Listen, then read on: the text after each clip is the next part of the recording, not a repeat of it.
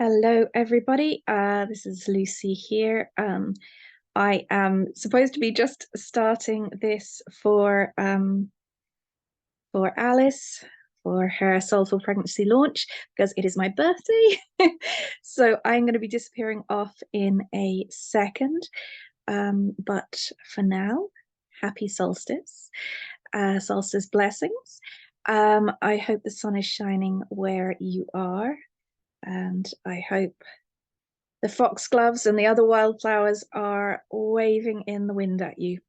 It is absolutely gorgeous here in Ireland. So I really hope it is wherever you are. Um, Lovely to see several of you here so far. And hello to everybody who is listening on record too. So Alice has just entered the room with a very funny name. She's still called Alpha Males. We had a call about a week ago. She was being interviewed for my podcast, which you can listen, Creative Magic. Yeah. And totally surprised me when I saw Alpha Males was in the room. No, Oh, right. really There needs we to go. sort that out. Hello. I figured out how to do it. Hello, everyone. Happy birthday, Lucy. Thank you. Thank you. You can blame my 12-year-old for that. Oh, So, Alice, lovely to see you. Congratulations on the delivery of your book baby. 9 months after the delivery of your real life baby. that's right. Yeah. Gosh. Yeah, 9 months. Congratulations. Thank you. I'm going to hand over to you and leave you continue from here. I'm just looking to see on my phone if there's a way I can make you host. There we go. Oh, thank you. Now you're a boss lady. Oh, thanks, Lucy. You're very welcome. So that's recording. So that will be recorded for everybody, sent out tomorrow. And have a wonderful time. Oh, have a great rest of your birthday. Bye. Thank you. Bye. Hi, everyone. I'm just going to give my little camera a little rub because I feel like I look like smeary. Yes, I think I was. I'm going to blame little fingers for that. Thank you, everyone, for being here. Hi, Dad. Dad is here down the bottom. That's very cool. I have a little person here with me as well who has been promised to absolute silence. And the little baby himself, well, actually, is normally going to bed at this time. When I first arranged this Zoom meeting, he was very much going to bed at kind of 8 o'clock. But of course, as we've got closer, it's got earlier and earlier. So he's out, I'm sure, asleep in the pram with his dad. Anyway, thank you for being here. Happy solstice to everyone. And this is the book. This is, oh, I've got some funny effects on, but this is Soulful Pregnancy. So this is the book that that I wrote, gosh, like throughout that pregnancy at the age of 44 years old. Surprise third pregnancy that I didn't see coming. And there's so many stories that I want to begin telling, even just about that. I mean, I think the first thing that is most interesting about that third pregnancy is that it had been ordained. I would like to put it that way with my dad's wife, has always done the pendulum on my hand. And so for many, many years, she would always say, you're going to have 2 girls, which was like, yeah, okay, fair enough. We know that. And you're going to have a boy if you want him. And that was the way it was always put to me. And I was always like, no, I'm in my 40s, definitely not having any boys or girls or anything. And then, of course, along he came right when I thought I was in perimenopause. So yes, the magic of that started a long time ago.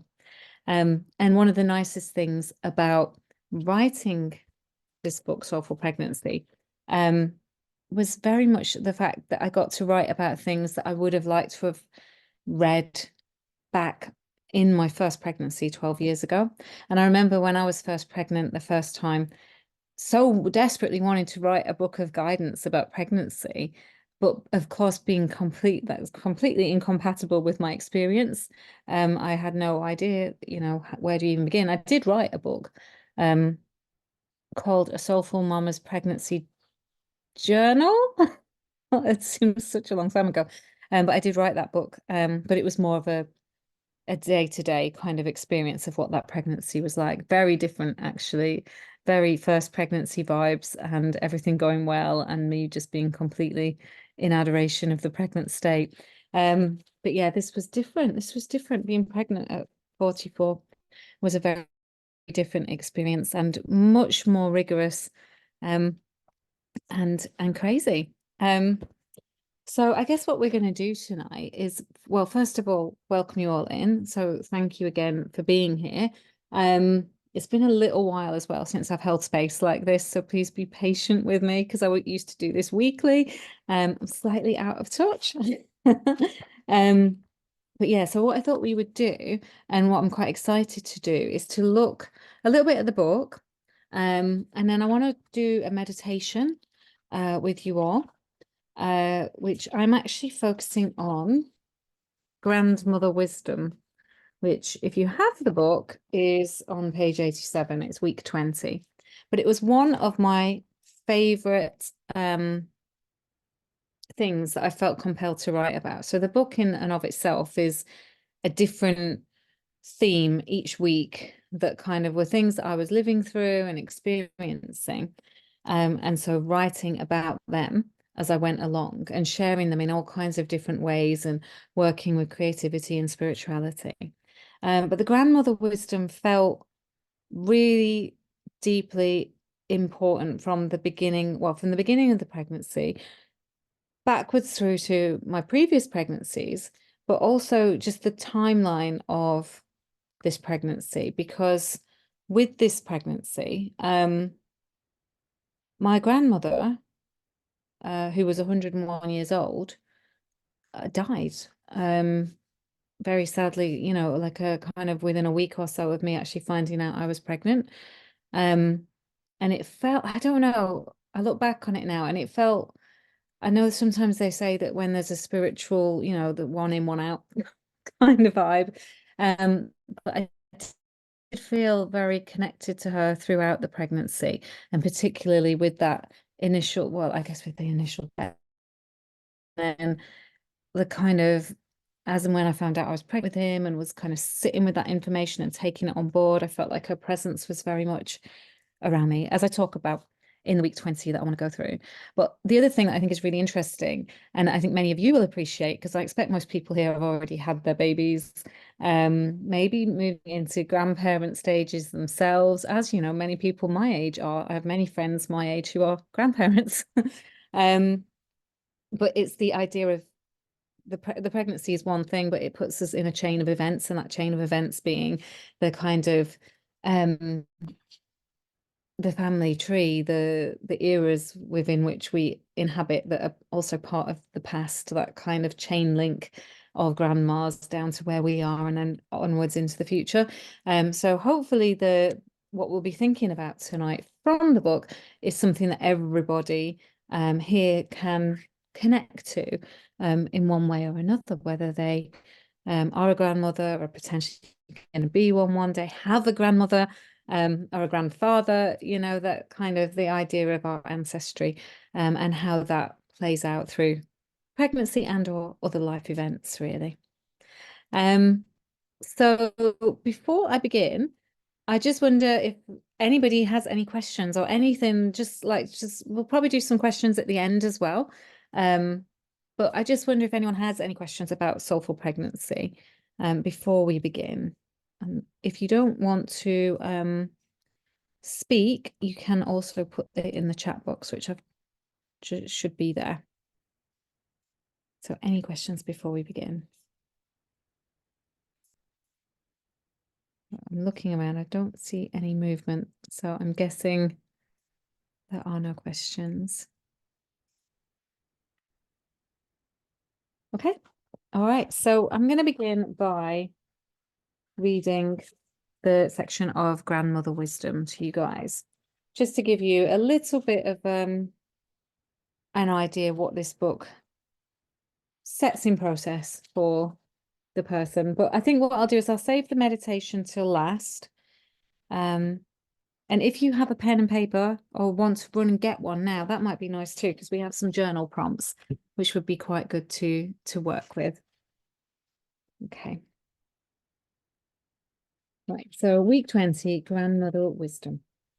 My grandmother's energy and love has been ever present throughout my pregnancies.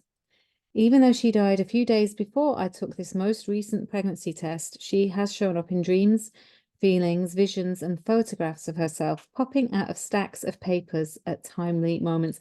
Sorry, I'm interrupting myself now because that was so cool. It was like I just found out I was pregnant, and I had a wardrobe in my bedroom. It's no longer there, but there was a stack of photos kind of shoved to the back of a wardrobe, and obviously just going through the cupboards and taking clothes out, and then all of a sudden this picture of my gran fell out, and so I was like, oh wow. And this was not long after she died. I was like, oh hey gran, that's so sweet.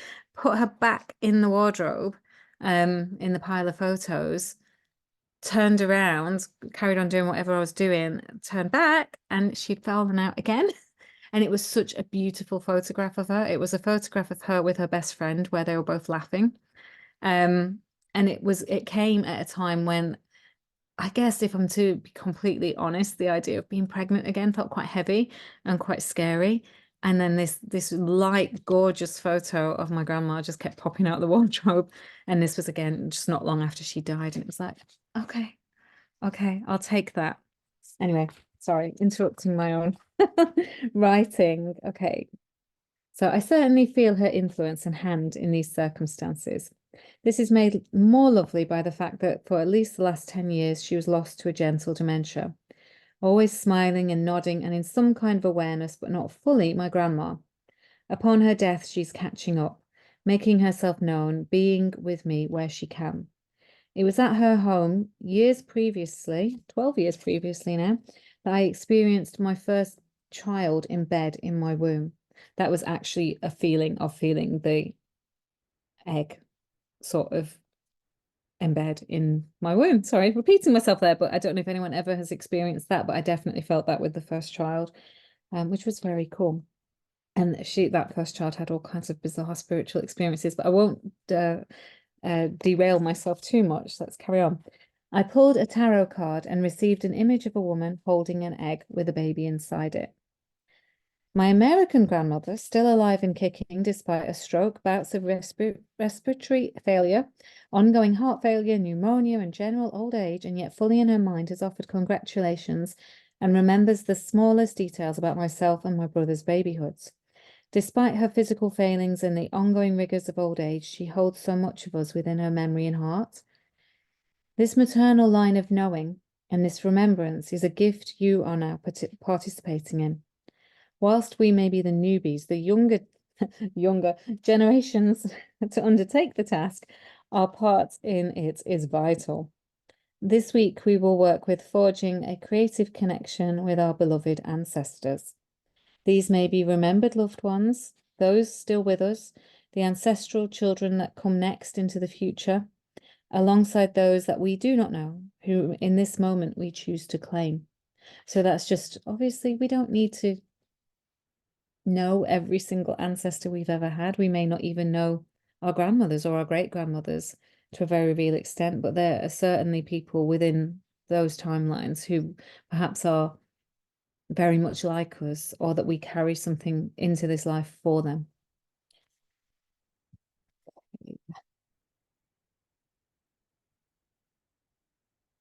I've lost where I was up to. We are all our many grandmothers. Versions of her sit in our skin as we play out some of her hopes and dreams. Similarly, our DNA, our hearts and hopes may show up in generations going forward, carrying our essence into the future, improving upon those things we struggled with, or reaching for the ambition or acclaim that we dare not.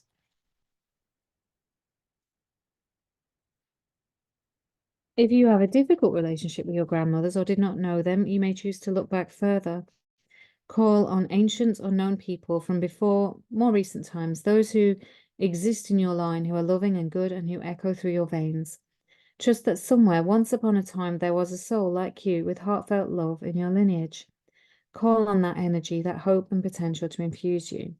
Or indeed borrow an ancestor. There is no harm in calling forth the generic energy of a historical character or the grandparent of a friend, or indeed any older person you admire to act as stand-in. Ancestry, known or otherwise, is the connection of self to previous and ancient versions of self.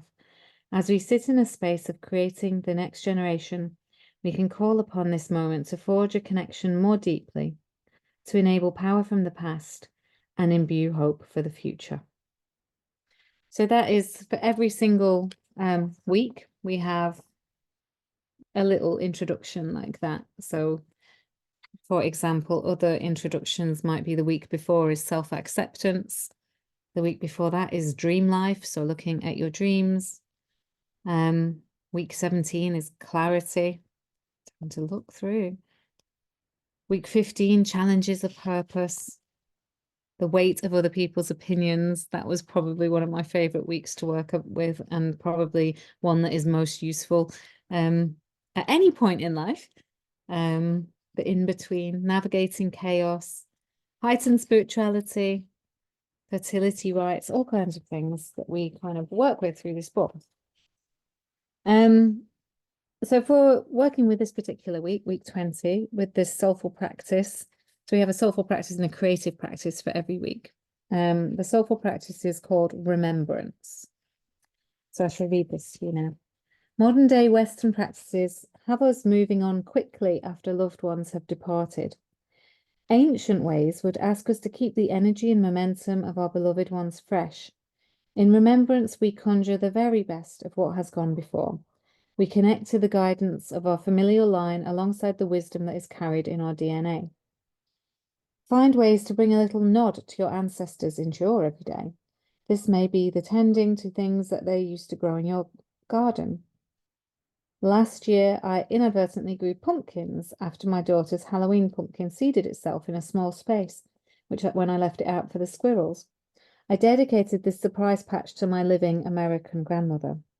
You may wish to dedicate fresh flowers, especially ones that they used to grow or love, or that grow in profusion where they came from, or the burning of incense or oils as a daily practice to the best of your folk line. When you wake or fall asleep, you may simply wish to send a greeting from your heart to the best of what was and what is to come.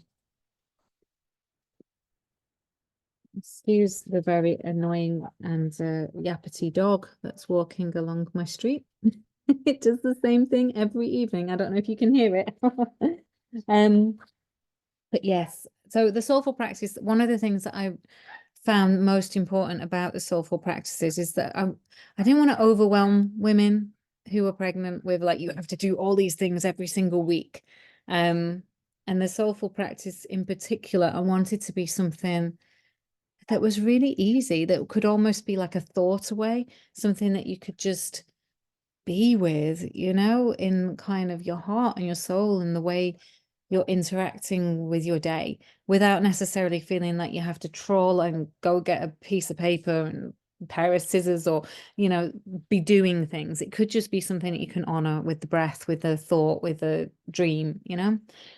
So hopefully a lot of the soulful practices are of that kind of ilk. Oh, comments.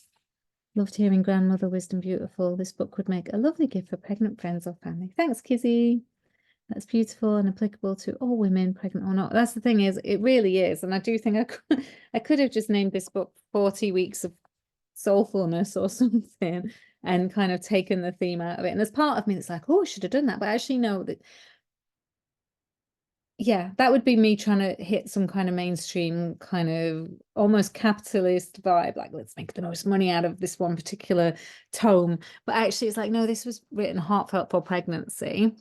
And yes, it is applicable elsewhere, and I hope people will read it and apply it elsewhere. But I just think there's something that I find terribly upsetting about pregnancy, is that our culture definitely puts pregnancy in a box of that's where you lose yourself.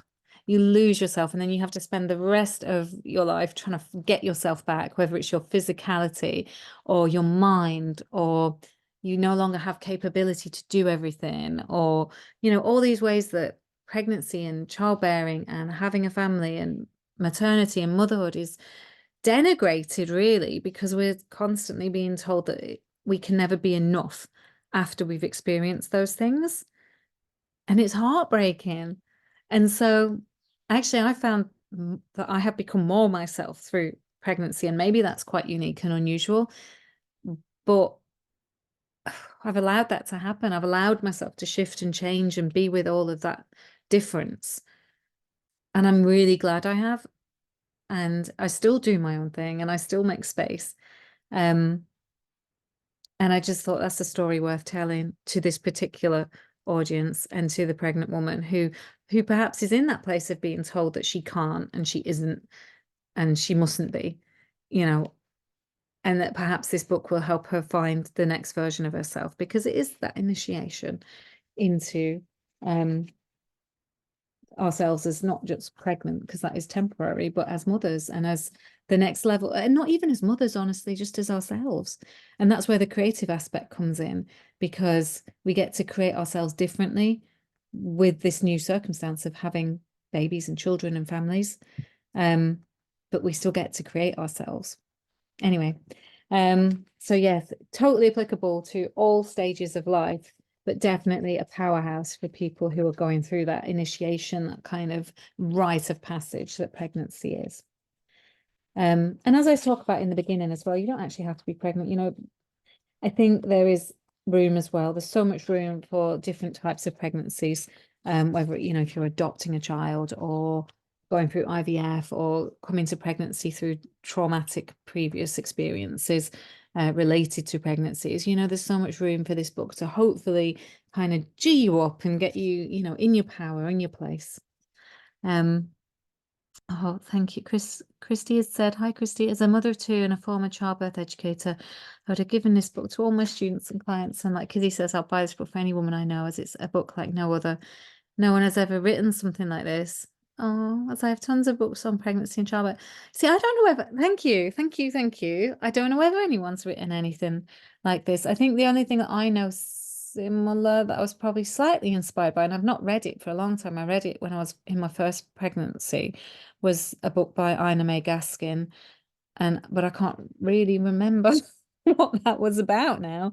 But I know it was that kind of, it's a spiritual kind of hippie-esque kind of approach. But yeah, perhaps there's not many approaches. And I think that's such a shame, because a lot of the pregnancy books are very much physical. Spiritual midwifery, that's the one. Thank you, Juliet. There's the physical approach about how your body's going to change, or how big the baby is at any given moment, or what the baby is doing inside of you, or what you can expect, what to expect when you're expecting. I guess that's a book, isn't it? All of those kind of things. But there's not a lot about that internal life, or the shifts, or the spiritual possibilities that I feel definitely make themselves known. And for me, throughout all my pregnancies, I have become ridiculously creative. And even not just within the pregnancy, but afterwards for quite a period of time. And, you know, I like to think that maybe that's not just me. It could be anybody.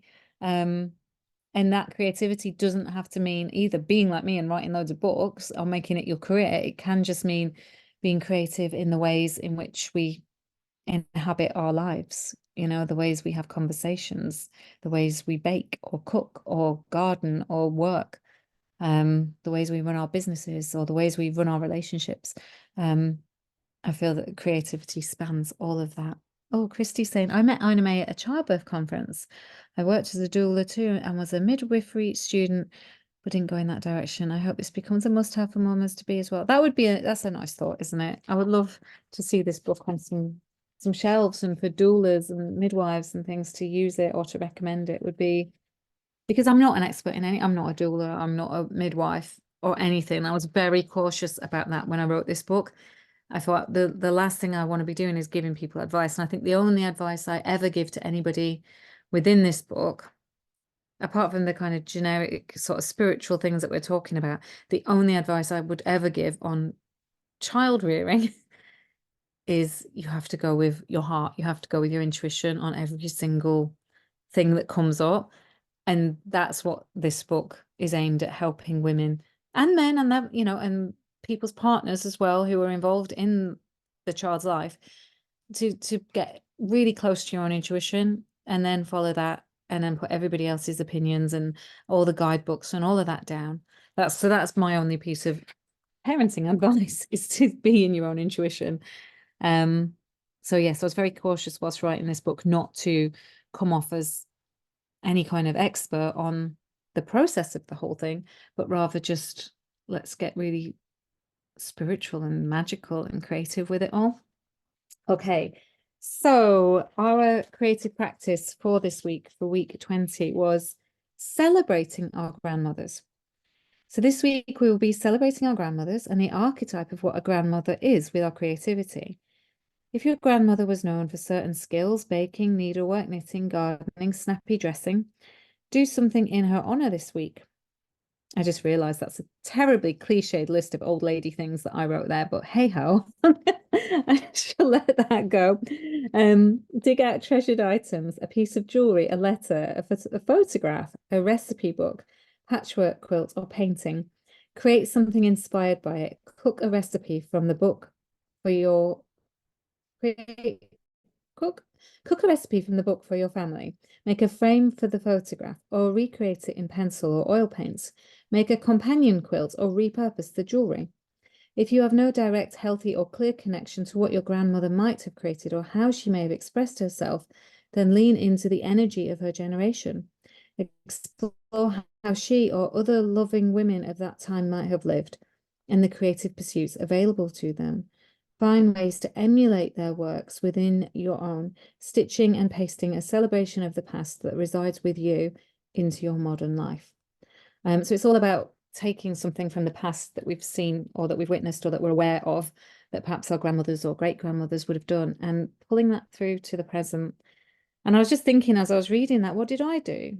And I think the thing that I've taken forward from this celebrating of grandmothers is plants.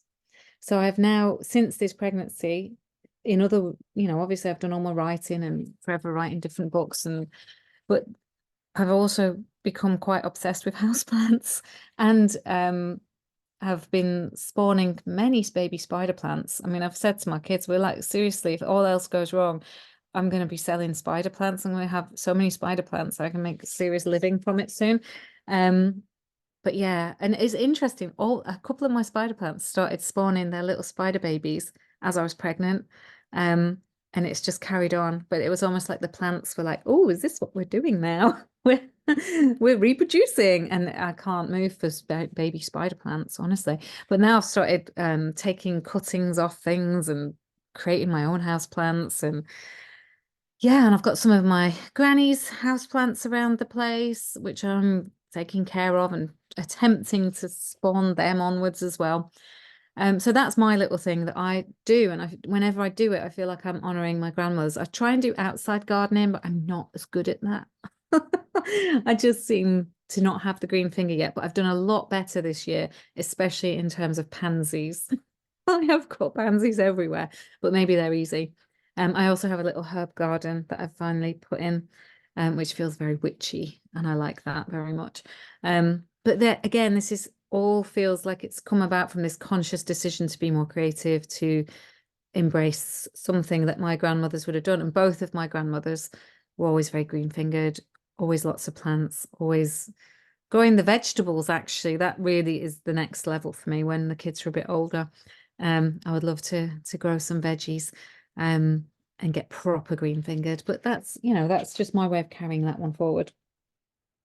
So maybe have a think, maybe put in a chat box, actually. That would be quite interesting. What could you do now to honor your grandmother? So what could be your creative practice that you could start to consciously do? Maybe you already do it. You possibly already do it. And what is it? Let me know in the chat box. That will be interesting to see.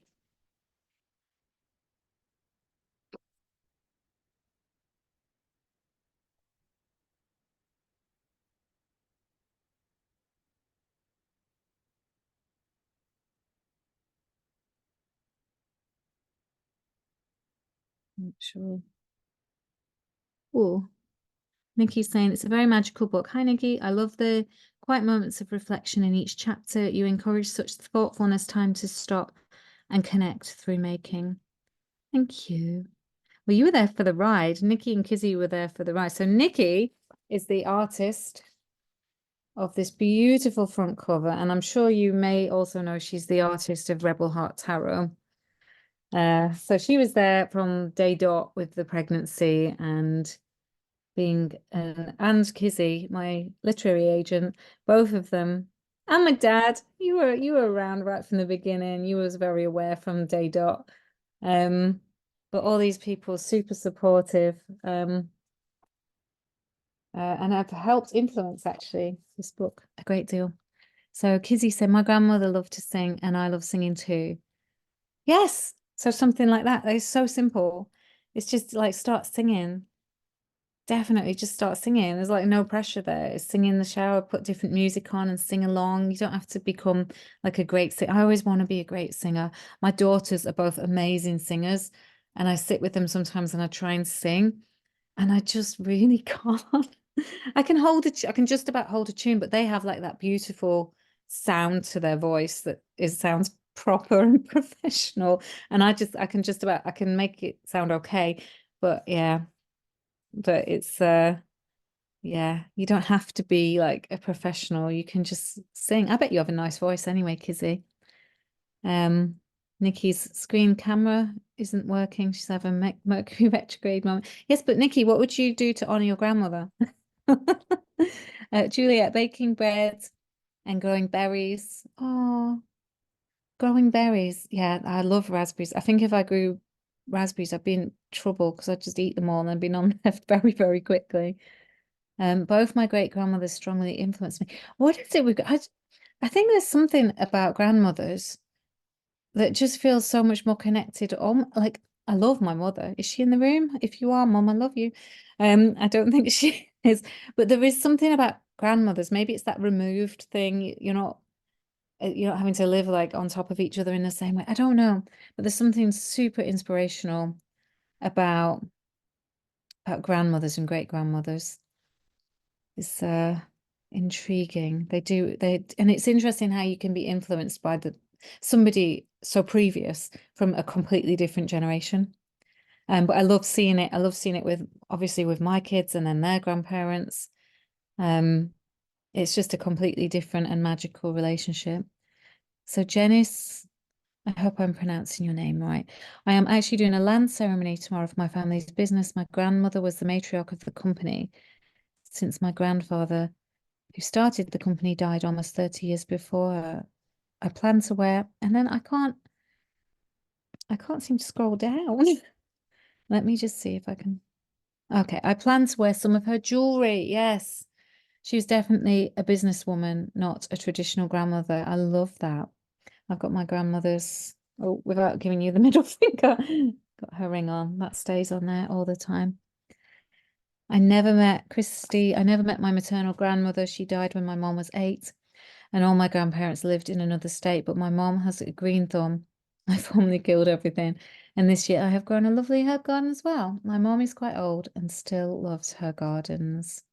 Well, perhaps she got that from her great grandmother or her grandmother as well. So I do think these things run, and we don't always have to know where they come from, do they? But we can certainly continue them and feel kind of in that magical connection. Dad, do you feel connected to your grandmother in any way that you'd like to share with us? Or anything you do?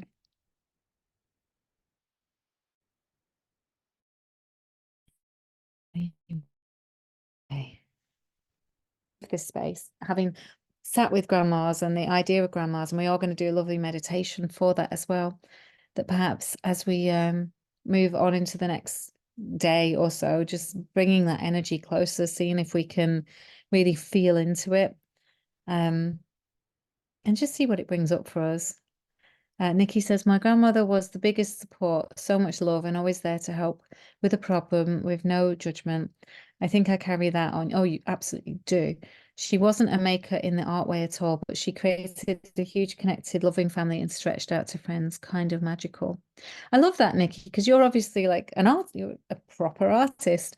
But you don't carry that from your grandmother. You carry that big heart of yours and that empathy and that compassion that you have. I think that's really, really special. And we have all these little beautiful things that we can carry forward. And it's nice to sit with that and then to think, okay, I wonder what our kids' children might carry on from us. And I've been having, obviously, my children are still young, one very young one and a young-ish one here and an older one, but I have started to think about what it is that I want to create moving forward for perhaps their children in the future. And I always look back on spending time with my grandparents, men, that my grandfather as well, as being the most special times of my childhood, and being incredibly magical times. And I always think we have so much ambition, don't we, for midlife, for doing things that are going to pay the bills and pay the mortgage and have the successful career. But I think the older I'm getting, the more I'm beginning to see benefit in what can I just do that will be really gorgeous for my grandchildren. And that at the same time will make me incredibly happy. It's just an interesting shift in perspective, and it's making me feel more ambitious towards that area of my life than perhaps the one I'm already in. Just a thought anyway. Okay, so thank you everyone for sharing some thoughts there. So what we'll do, I'm just gonna have a quick drink. Not used to all this talking. I'm normally jibber jabbering or singing to the baby, but not in an attempting to be a great singer way. Oh, Juliet, we just moved to a small 5-acre rural property, which is our legacy. I love your legacy, Juliet. I've worked with Juliet, and you're one of my clients. And oh gosh, every time I'm working with you, and knowing that you're doing that, it's just like, yeah, life goals, serious life goals. So beautiful. Okay, so journal prompts. I'll read these journal prompts through and then we'll do the meditation. Okay. So you can jot these down. If you have the book, you can go and have a look at them yourself. It's page 90. What are your best memories of your grandparents or other elder figures in your life? If you have none, what stories have been told and passed down? And I do think it's important to spread that out to other elder figures as well. Just because, we might not all have wonderful grandparents or good grandparents. We may have really interesting interactions with an old teacher, or a neighbor or some person in our workplace who was, 50 years older than us, that kind of, for whatever reason, made an impact. I'm quite inspired at the moment by Bob next door, who is 99. He's turning 100 in November. He was a D-Day veteran. He was up on the stage with the Princess Anne when it was D-Day. Was it D-Day, Clover? She doesn't know. The big thing that was recently, the anniversary of the D-Day landings, I think it was, and he was up on the stage with Princess Anne, and I don't know how he managed to stand for that long because he's, bless him, he does struggle and he's had lots of falls, and but this past year he's not been out in the garden for a year or so, but this year he's back out in the garden planting his green beans, and I'm just like, there you go, there's an inspiration. Just like living modestly and getting on with it. And he's got his daughter with him now, which is a relief because he did have some health problems there for a while, and I did find myself kind of in charge of calling ambulances and stuff. But he's been good for a few years and he just keeps going, and I can't wait for his green beans because honestly he makes the best green beans. Anyway, okay, so another journal prompt. What personality traits and energies have you inherited from your grandparents? Again, something to think about. It might not be really obvious. in the first instance. The generational difference might make it feel like, oh, I don't know, who knows? But perhaps there are things there that have run through the family line. What have you healed in your family, in your relationships with family that will no longer affect future generations? So it might be looking at the family in a less romantic view and thinking, okay, so this kind of crap has been going through down the generations and it stopped with me, you know? As much as I loved A, B, and C, that there was this circumstance and, you know, I'm the one who's healing it. So something to think about within your journal. Do you have a vision for who beyond your immediate family you would like to act in the role of elder for your child? So obviously being pregnant, but you don't, I don't suppose you have to be pregnant. You could think of that in this instance as who would be an idealized elder for yourself, even at this moment, or for your children. What would the vision of that be like? And how can you become it as well as you move towards that? So lots of things that you can sit with there. Oh, Christy's saying that your mum's dad always had a vegetable garden in a teeny town where we visit 1 to 2 times a year and pick vegetables in summer for dinner and serve us best vegetables ever. Yeah, do you know what is it with I think just the people of a previous generation just had to grow vegetables, didn't they? So they got really good at it. And then we're all like in awe of it because what they hand to us or share with us is better than what we can get at the supermarket. But it's the most natural thing. It's definitely something to return to. Yeah. Homegrown, absolutely, Kizzy. Yeah, I did do one great year of tomatoes, but that was before I had kids, and I've never been able to replicate it. I just had this year, I had in my old house, my whole little garden just full of tomatoes. And I don't know what I did right, honestly. I think it's, again, future life goals. Okay, so now our affirmation for this week, for the Grandmother Week, is I create a trail of power, healing, and self-knowing for all future generations. I create a trail of power, healing, and self-knowing for all future generations. Oh, my granny, your great granny was a woodcarver, an artist, and a dog breeder. I loved her very much. Creativity runs down the maternal line. Well, you know, I have one of her mirrors somewhere around here that she wood carved, which is kept somewhere safe, and it does need to go up on a wall. And I love that. And I love that you love your granny, Dad, because I love my granny, but she was your mom. And I know you loved her, but I feel like there's always a real different relationship there. Really different. And I love that she was an artist, and your mum was an artist, Dad, as well. And I have a lot of her watercolors in a little suitcase downstairs, which also inspires me to do watercolors.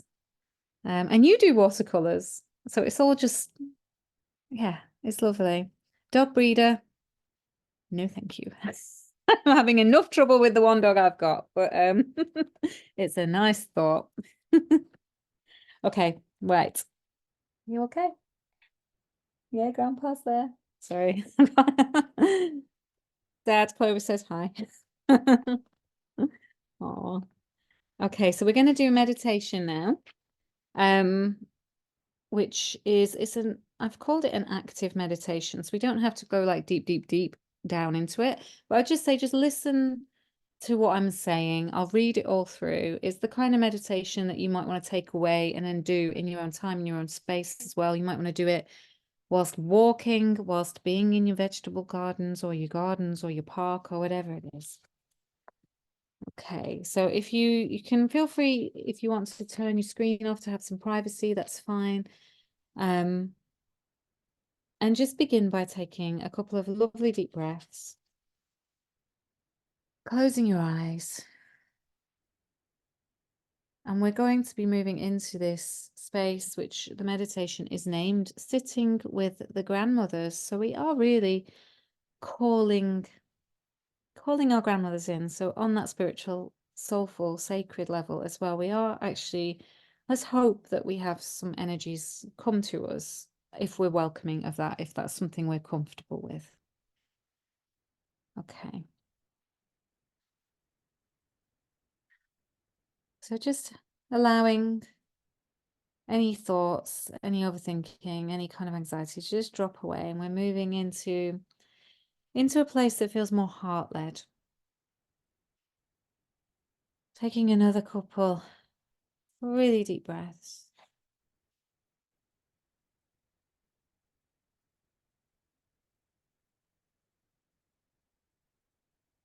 So this is an active meditation, one in which we invite in the energies of all grandparent figures, recent or ancient, who have love and guidance for us.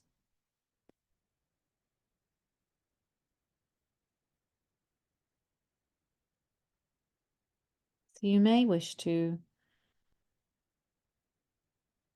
undertake it with others, as we are doing, or in the future with friends or a partner or a loving relative who is open to it.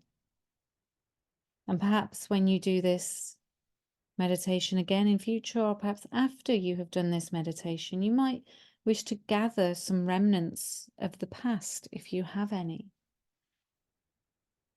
to continue this connection.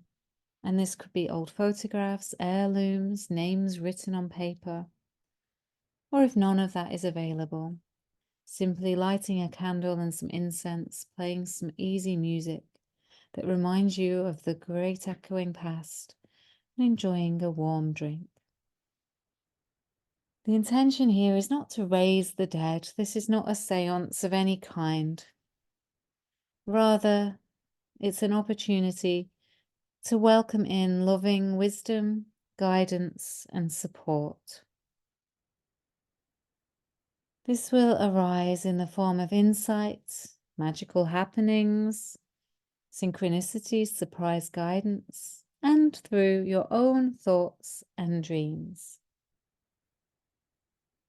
The ritualistic details of what you do within this circle or what you choose to do after it is for you to decide. If you're feeling active, you could write and read a list of questions and queries on your life, drink hot tea and offer up flowers, sending love backwards through the ages. You may wish to think on a prayer dedicated to loved lost ones. You might also wish to explore a song or a poem in their honor. But for now, we're going to gather as a circle, opening a connection to our ancestors by stating, and you may state this aloud if you wish, all of you are muted so nobody will hear you, or you may just state it in your heart and your mind. I welcome all loving and guiding ancestors to sit with me today. I honor you and ask for your wisdom and protection. I welcome all loving and guiding ancestors to sit with me today. I honor you and ask you for your wisdom and protection.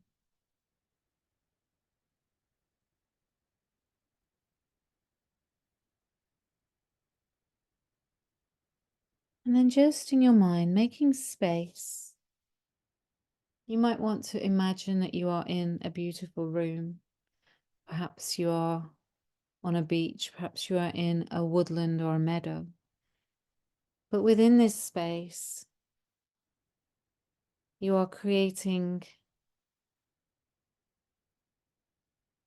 a connective point where your ancestors or your ancestor or an energy can come visit with you. So you might imagine that there are two toadstools to sit on, or two thrones, or two old logs, one for you and one for your ancestors. And again, you may wish to think or sit with the words, I welcome all loving and guiding ancestors to sit with me today. I honor you and ask you for your wisdom and protection.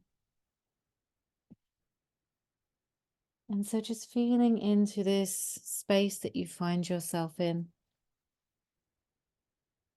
having called in this beautiful energy from eras past,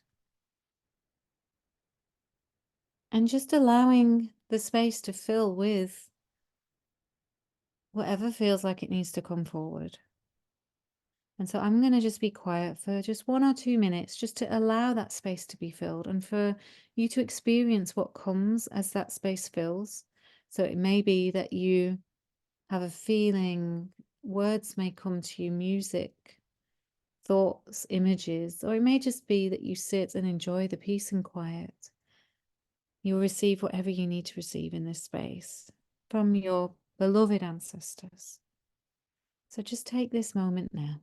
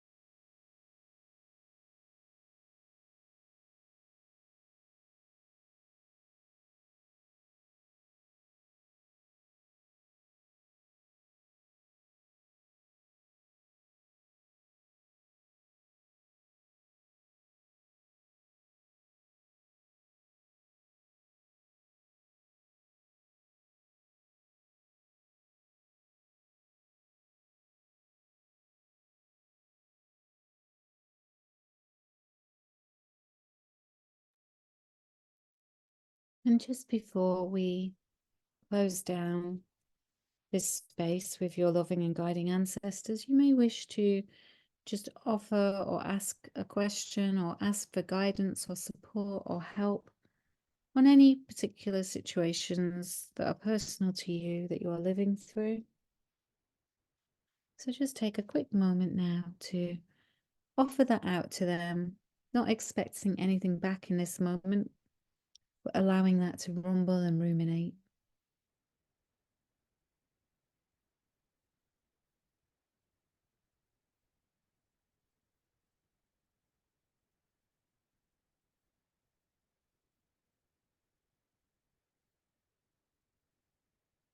And taking a nice deep breath, feeling into the energy that you've sat with,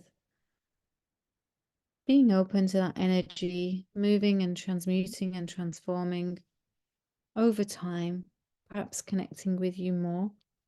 And then just thinking, thank you for being with me. I ask for your love and guidance moving onwards. I honor your highest hopes and energies in all I do.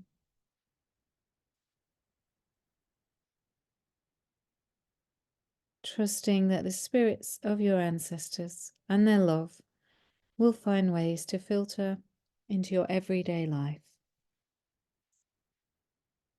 And then just slowly beginning to bring yourself back to the room. So perhaps taking a nice deep breath,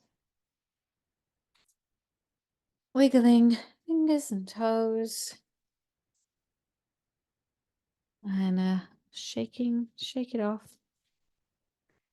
And then coming back to the room. And I hope that that was interesting. I guess it's a funny one to read out because the way it's written for somebody to read it and then go away and do it. But hopefully we managed to make that work. And I hope you all, if you bought the book, have received your meditations to do. I do at some point, one of the things that I really wanted to do with this was to record all the meditations as unique meditations, so a bit different from how they're set out in the book, so people can just listen to them. But obviously I then went and had a baby. So that ambition to record all the meditations kind of paused, but maybe it's something that I can revisit and try to do at some point. Christy's saying, I got chills from that. Someone felt called in. Well, that's the intention. I hope so. I hope it was someone who can stand with you, be with you, and perhaps offer something moving forward. Does anybody else have anything they wanted to share? As I went into meditation, I remembered I was in my grandmother's chair. Oh, wow. Are you actually in your grandmother's chair like now? Oh, that's so lovely. Oh my gosh. Oh, we've all got chills now. Oh, that's Can so... I share a little bit about it? Yes, please. Please do. So, well, here, I'll show everyone if you can see it.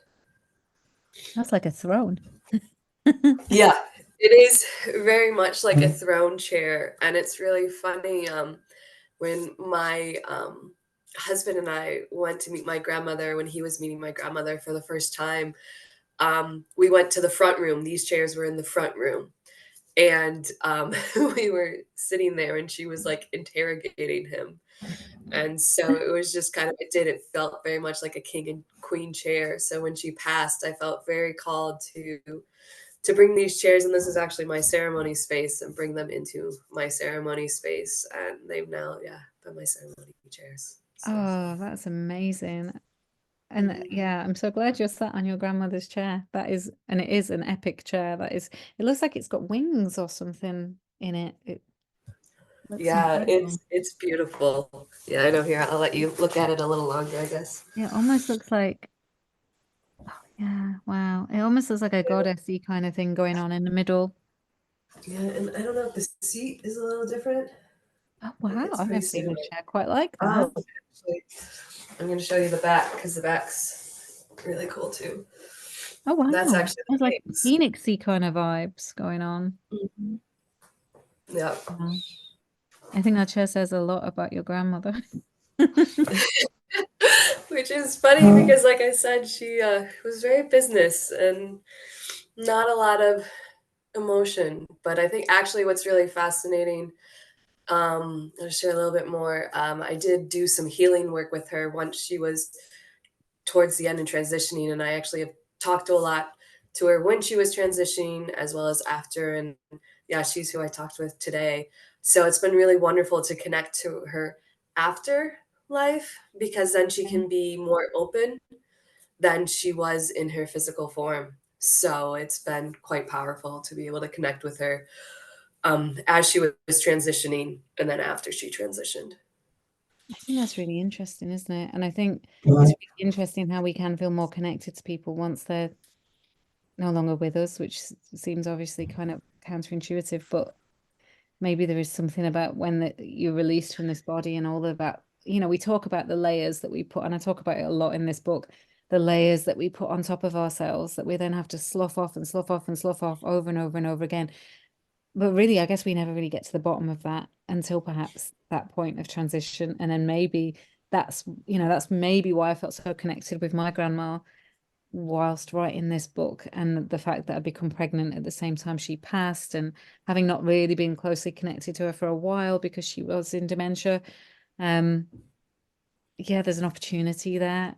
And that's a little bit, and it's a side point of the book is that spiritual connection with those gone before can very much feel very much alive, I think, when we're in pregnancy.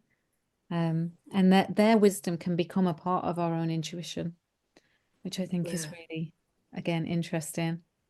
But thank you for sharing the chair. Yeah, and I just want to say one last thing, because my sister's actually pregnant at this time, and I kind of got the message that my grandfather she's probably birthing my grandfather with my grandmother's name, actually. And it's almost like I got the message that he waited for her to pass, but then they caught up so quickly because she passed, I think, in 18. So I guess maybe it's been almost 6 years, but it's like he was able to transition. And then, yeah, it's funny. I've gotten messages that my grandma's, yeah, when I'm 44, which I'm 42, which we'll see what happens. Oh, But wow. it's crazy Well, that you were keep us 44. That was posted. really powerful when you said that. Well, it'll be really interesting to, you'll have to let us know if when that child comes, how, you know, the vibe, and does it feel like your grandfather? And that's just amazing. Yeah. Yeah. Sorry. Thank you. Oh no, thank you for sharing that. That was all really magical. And hopefully everybody had some kind of interesting experience, even if you didn't, or you're not sure, you know, sometimes it can be a little bit, did I, didn't I? Just sometimes just a moment of peace is enough, isn't it? And perhaps I saw Nikki said that I have a good voice for meditation. Thanks. I will at some point sit and maybe when the baby's got more, you know, I probably had the opportunity back in the beginning because he slept like a lot, but then I was quite enjoying just being with the baby. So I shall at some point record the meditations because I think that would just be such a lovely thing to be able to offer. Because I think it's hard. It's probably the hardest part of the book is to read a meditation and then to kind of go away and commit to doing it. So if they were recorded, then that's something I could do. Is this your saying time's up? Yeah. Oh, this is Clover, everybody. My OG baby, my original baby. You were my baby for like the best part of 8 years. And now we have another baby. So I have 2 babies and an old child. All right then. Thank you so much, everyone, for coming. And thanks, Christy. The name, yeah, Clover's a bit of a special name, isn't it? Oh, thank you so much. And if you have the book, I hope you really enjoy it. And please share with all your pregnant, expecting friends, or doula friends, or midwife friends, or friends. But it's great to have been here with you all. It's felt like a really lovely space. You've all been very gentle with me because, like I say, a bit out of touch with doing these things recently. But thank you. Right. Have a good evening. Bye. Bye, Grandpa. Bye, Grandpa. Bye, everyone. Thank you so Bye. much. Bye, Bye. Kizzy. Bye-bye. Bye, Clover. Bye. Bye. Hey, she's jumping around. She's seeing if Grandpa's gonna say anything. Hey, Dad. It's like, oh, bye, Clover and Alice and everyone. All right, let you go. Bye, Dad. Bye, Nikki.